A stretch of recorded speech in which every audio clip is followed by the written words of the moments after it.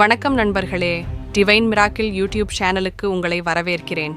இன்று நாம் யோவான் நற்செய்தியிலிருந்து பெதஸ்தா குளத்தில் நடந்த அற்புதத்தை பற்றி காணவிருக்கிறோம். யூதேயாவில் எருசலேம் நகருக்கு அருகில் பெதஸ்தா என்னும் குளம் இருந்தது. அந்த குளத்தின் 5 மண்டபங்களில் ஏராளமான நோயாளிகள், குருடர், சப்பாணிகள், முடக்குவாதம் உள்ளவர்கள் என்று பலர் படுத்திருந்தார்கள். அந்த குளத்தில் அவ்வப்போது தண்ணீர் குலுங்கும்.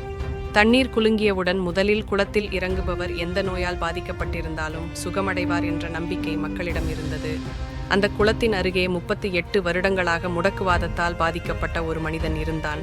அவனால் தண்ணீர் குலுங்கும் போது குளத்தில் இறங்க முடியாமல் போயிற்று. ஒரு நாள் இயேசு அந்த குளத்திற்கு வந்தார். அங்கே படுத்திருந்த நோயாளிகளை கண்டு அந்த முடக்குவாதக்காரனை பார்த்து, "நீ சுகமடைய விரும்புகிறாயா?" என்று கேட்டார். அந்த மனிதன், "ஆண்டவரே, தண்ணீர் குலுங்கும்போது என்னை குளத்தில் இறக்கிவிட யாரும் இல்லை. நான் போய் சேருவதற்குள் வேறு ஒருவர் முந்திக் கொள்கிறார்" என்று பதிலளித்தார். இயேசு அவனை பார்த்து, "எழுந்திரு, உன் படுக்கையை எடுத்துக்கொண்டு நட" என்றார். உடனே அந்த மனிதன் சுகமானான். தன் படுக்கையை எடுத்துக்கொண்டு நடக்க ஆரம்பித்தான். அன்று ஓய்வு நாள். யூதர்கள் அந்த மனிதனை பார்த்து, "இன்று ஓய்வு நாள், படுக்கையை சுமப்பது நியாயமில்லை" என்றார்கள். அவன் அவர்களிடம், "என்னை சுகமாக்கியவர் உன் படுக்கையை எடுத்துக்கொண்டு நடு என்று சொன்னார்" என்று பதிலளித்தான். "உன் படுக்கையை எடுத்துக்கொண்டு நட என்று உனக்குச் சொன்ன மனிதன் யார்?" என்று அவர்கள் கேட்டார்கள். அவனை சுகமாக்கியது இயேசு என்பது அவனுக்கு தெரியாது. ஏனென்றால் இயேசு கூட்டத்தில் கலந்துவிட்டார். பின்பு இயேசு அவனை தேவாலயத்தில் கண்டு, "இதோ, நீ சுகமாகிவிட்டாய். இனி பாவம் செய்யாதே, உனக்கு மோசமான ஏதாவது நடக்காமல் இருக்கும்படி" என்று சொன்னார். அந்த மனிதன் யூதர்களிடம் போய் தன்னை சுகமாக்கியவர் இயேசு என்று சொன்னான்.